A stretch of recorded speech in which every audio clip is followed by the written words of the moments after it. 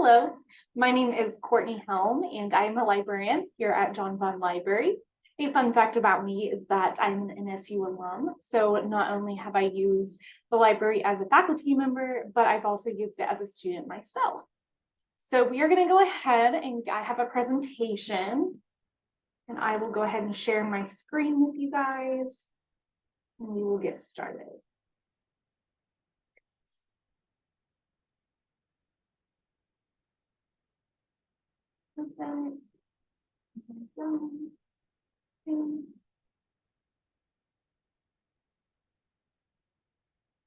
So we are going to be discussing Introduction to Library Services and Resources.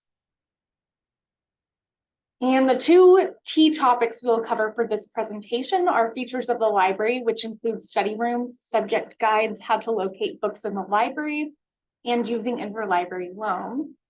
The other topic we will discuss is online searching using Boolean operators and understanding what peer review means and what periodicals are.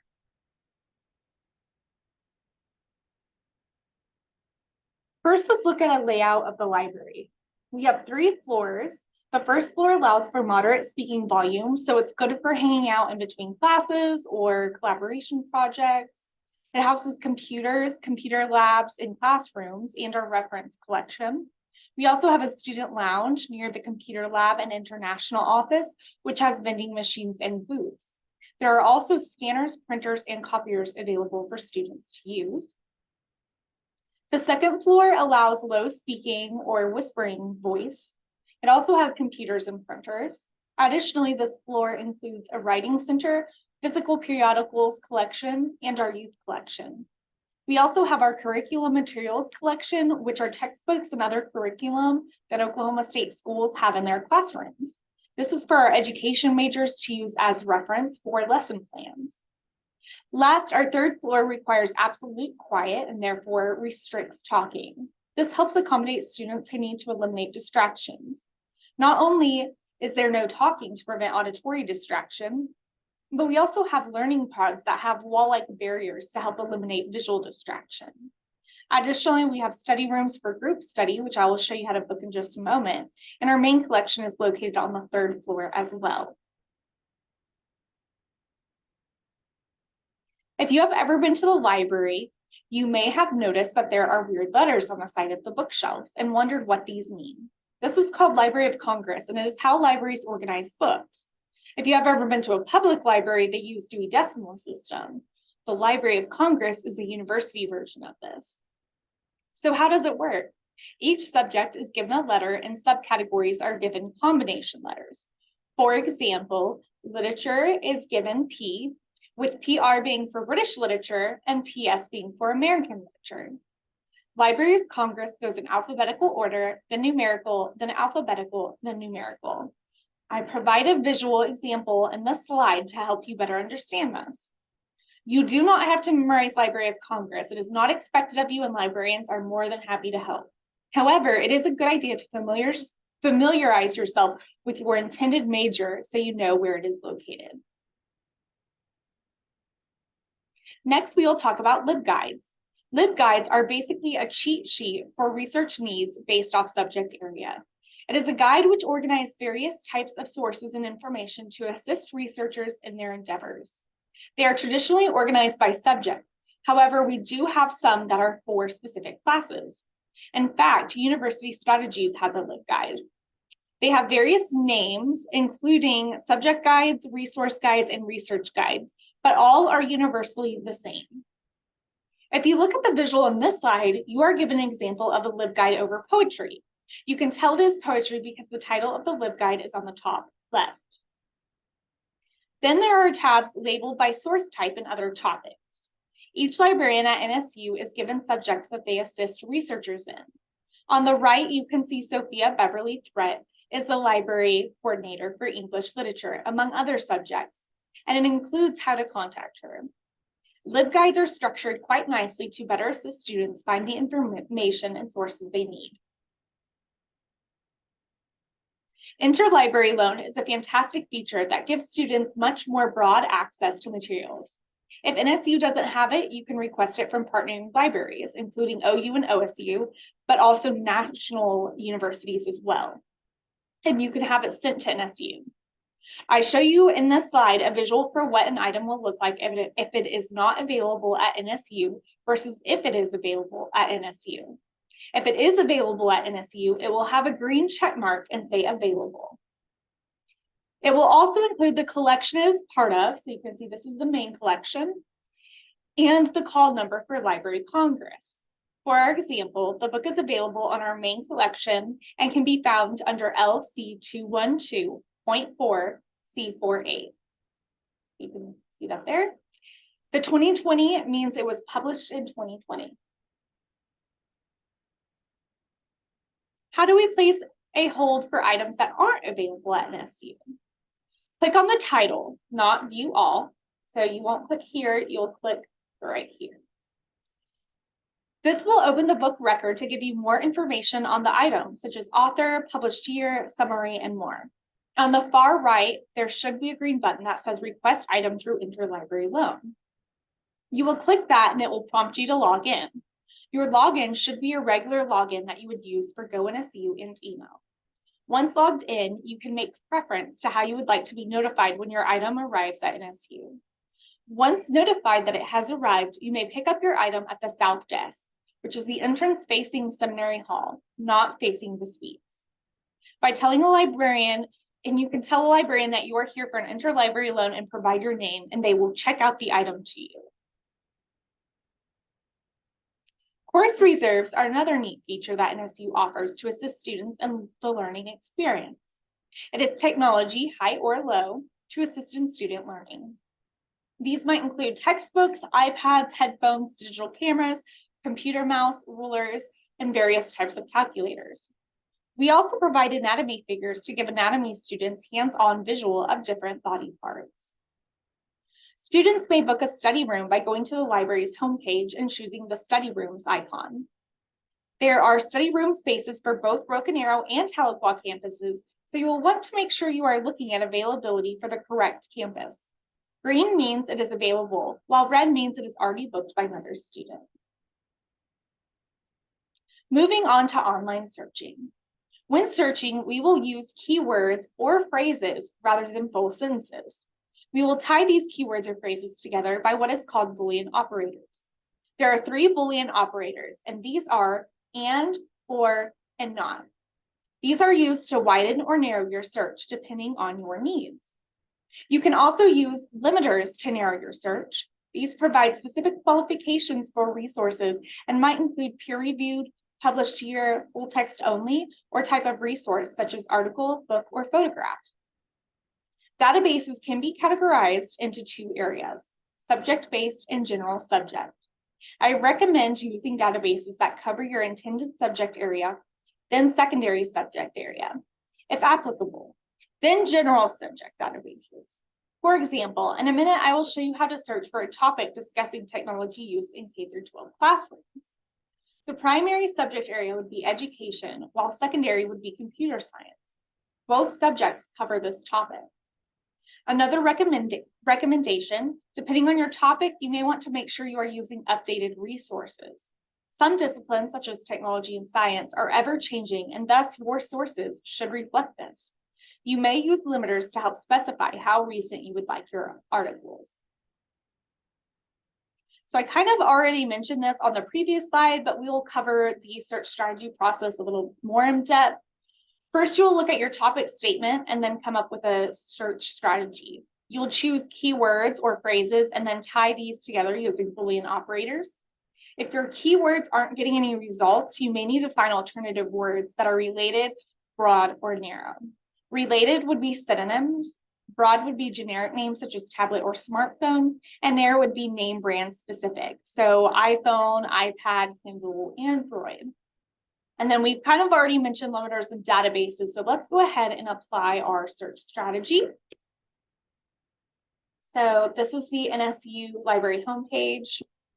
Before we get started on our searching, I would like to direct your attention to some of these icons: study room, interlibrary loan, subject resources, We also have, of course, reserves here. So that's some of the things we mentioned and how you can locate. There's also interlibrary loan. But this is primarily what you'll use for searching. So we'll go ahead and do advanced search. So up here is where you're going to use your keywords in your Boolean.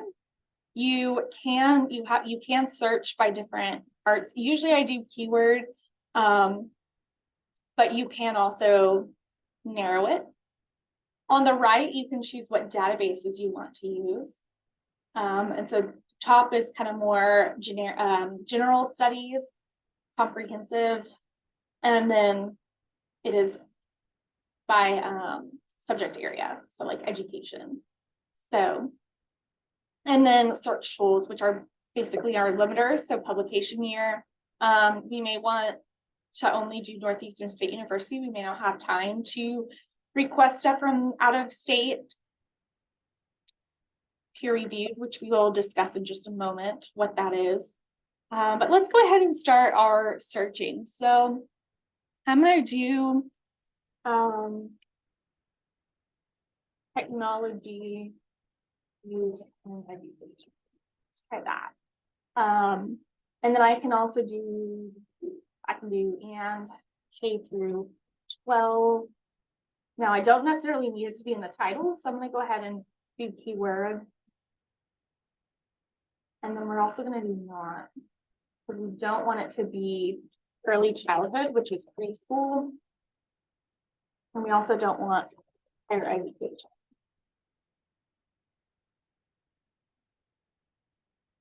So your operators are here. Oh yeah, I do want to do select all in group. If you want to specify, if you know a specific database you really like to use, you can do drop, you can press that and it'll drop down a list and then you can check mark which ones you do and don't want. Go ahead and go search.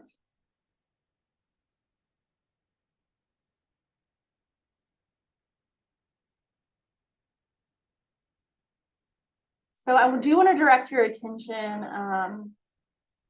to a few things too before we look at our results. So first of all, you can see how many results we have here. Okay. But then I also want to show you what we're essentially telling the computer system, so you can see what we are doing. So KW stands for keyword, and then you can see the phrase we used, and then the Boolean, all of that. So that's essentially what we told the computer. It kind of coded itself. Okay. And then if you ever need to, like 5,000, that's a lot. And you notice like if you ever notice there's one from like years ago or something, you're like, oh, you know what? I need something because technology is changing. So I want something in the last 5 years. So it actually is relevant to today's technology. So on the left, you can toggle. And then you can see up here which limiters you used. You can press that X if you're like, oh, never mind, I don't need it to be so recent. So then you can see our results. You can always specify language if you're getting a lot of Spanish results or something, and you may want to do that. It did include higher education. I don't know. Technology is not always perfect. I will say if you ever, because I have struggled before in my searching, so a few tricks I have learned is if you find a really great article, go to it, and then there's usually these subject headings, descriptors. It can be, again, it's one of those things where it has different names, but they're all essentially the same, and then you can just click and it'll direct you to anything that has that same, it's almost like tags. Think of it as like a scholarly version of tags that you see in like Twitter and Instagram. That's essentially what it is.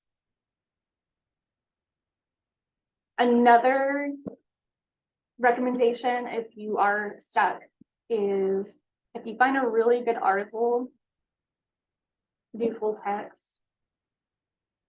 And at the end, they will list their resources. And I definitely recommend looking at their resources. And then you can look by author and title is usually how I cross-reference, cross-search that. But this also does help a lot too with preventing citing within citation. So basically quoting an article that is quoting another article. That it's kind of frowned upon to do that. So it's better to just go to the original source. And it also helps you up your amount of sources. So going back to presentation.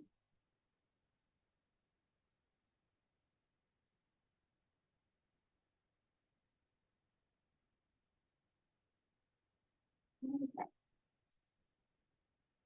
You might hear your instructors ask that you use scholarly, peer-reviewed, or refereed articles. I've actually never heard it called refereed, so I don't know if that's just a region specific, like up in the north, maybe they call it. I don't know. Usually, I've only heard it called scholarly articles or peer-reviewed. This means a peer or expert in the same field has read, reviewed, and given the thumbs up that this is a credible research. The findings are conclusive and factual. It's a rigorous method to regulate and ensure the credibility of research. Another term you might hear in the academic world is periodical. Basically, this can be anything that is published periodically, typically by month or season. Books in a series would not be considered periodicals because they come out annually rather than periodically. Periodicals can be electronic or physical. So at NSU, our physical periodicals are located on the second floor. You will almost always use online periodicals. I do show a table that distinguishes scholarly versus mainstream or popular periodicals. It's important to know that not all periodicals are scholarly, only ones that have been peer-reviewed are. So personally, it helps me to understand the process of what I am doing in order to understand it. Thus, I have provided you with a visual to hopefully help you better understand what you are searching. When you are searching in our library for articles, not books or photographs, but articles, you are searching within databases that house different periodicals or journals to find articles about your topic area. So each database has different periodicals, and each periodical has different articles within them. Last, we'll discuss evaluating sources. It is important to not only evaluate sources in academic settings, but anytime you come across information. To give you an example of why it is important, we are going to discuss briefly the Tulsa Race Massacre. For those who are unfamiliar with this tragic story, it is long, but here is the gist as it pertains to information or misinformation. So in 1921, a young Black man named Dick Rowland and a young white woman named Sarah Page stepped onto an elevator together. So Sarah was 17 and Dick was, I think, 19. So they're both very young. The details of what followed vary from person to person. Accounts of an incident, and this is according to tulsahistory.org, I'm actually quoting here. The details of what followed vary from person to person. Accounts of an incident circulated among the city's white community during the day and became more exaggerated with each telling, which is, I mean, there's so many different aspects of the story that are very much he said, she said, very much rumors. So it's kind of crazy. I've actually done a lot of reading, and there have been a lot of, again, he said, she said. So essentially, they stepped on an elevator. A scream was heard within the elevator, and when the doors opened, witnesses claimed to have seen the Black man running away. Rumors and gossip spread, and non-factual information spread like wildfire, which is tragically ironic since within hours, the entire Black Wall Street neighborhood was up in flames, erasing an entire community's success. The white community believed the man had sexually assaulted the young woman, while the Black community heard rumors of him being unlawfully convicted and lynched. A massacre ensued. Black folks were either burned alive in their own homes, murdered when trying to flee the violence, and or marched to be imprisoned at the fairgrounds. And then if they were released from being imprisoned, they were left homeless with no support. Their house was burned down, and insurance wasn't covering anything. They were homeless. It was originally deemed a riot, but was in actuality a massacre. In fact, the National Guard was called. Still today, over 100 years later, there are many unanswered questions and unclear information. Some witnesses claim to have seen attacks from the air. So some witnesses claim they saw air bombs being brought down. Some claim that there were people in the airplanes and they were shooting at rioters. There has been much speculation about what the scream meant. No written account of the woman's statement was found, but some have speculated that the two actually knew each other since they both worked nearby and thus had seen each other in passing. So Sarah actually worked the elevator. Sarah Page, the woman, worked as an elevator operator, and Dick Rowland worked nearby in a nearby building. And the nearest restroom was in Sarah Page's, you had to go up that elevator that Sarah Page worked at. So they had likely seen each other before. It is now believed that the woman likely stumbled on the elevator or that Rowland accidentally stepped on her foot.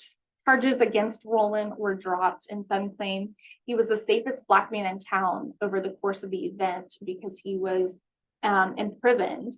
He was in jail at the time, and so some say he was the safest Black man because he was in jail. There were police officers kind of safeguarding the jail.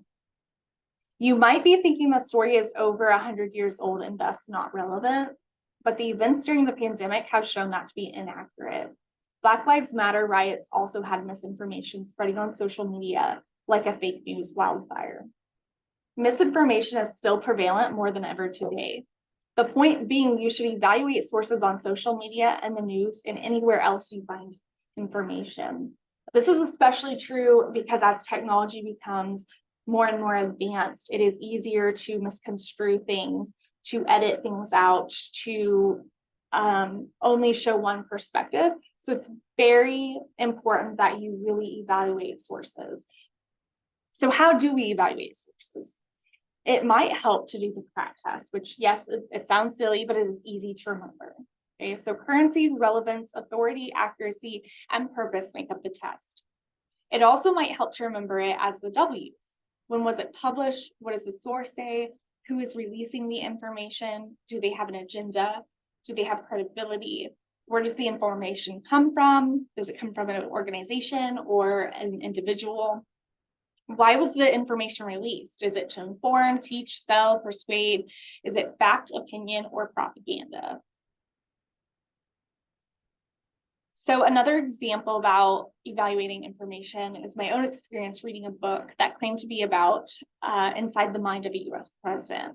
I got really excited to read this book because the author was a family member, so they had inside knowledge and had the credentials. They had their PhD in clinical psychology. So I was expecting a professional book that was free from bias from someone who knew what they were talking about. However, once I opened the book, I realized the author was biased. They had a complicated family history with the president and had an ulterior motive or agenda. I got the book from the public library and it was nonfiction, but because of this experience, I now am much more cautious when reading nonfiction books and prefer scholarly journal articles or textbooks over just regular books. Because even nonfiction books, anyone can really publish. It's not as rigorously reviewed as articles are. That concludes our presentation. I do include some further resources here in case you don't understand a topic we discussed or want to learn more. First and foremost, librarians are happy to help. We want to engage with students. So you can reach us by phone, chat. So on our library homepage, you will see this chat icon on the bottom right. And you can kind of chat a question. If it's a standard question, it will go to a robot that can just find the answer instantaneously. Otherwise, it will be routed to an actual librarian. And then you can also stop by our reference desk, which is located at the south entrance from 10 a.m. to 2 p.m. Monday through Friday. The next two slides, it's kind of like an appendix, just the end. I won't go over it, but it does include some last pieces of advice to help you in your studying and searching. I recently graduated with my master's while working 2 jobs. So I found some tips and tricks that might help you to save you time and energy. As I like to say, work smarter, not harder. And then finally, we are going to test your knowledge by doing an online escape room. We will pull that link up here in a minute and you can get started. Thank you for listening to my presentation.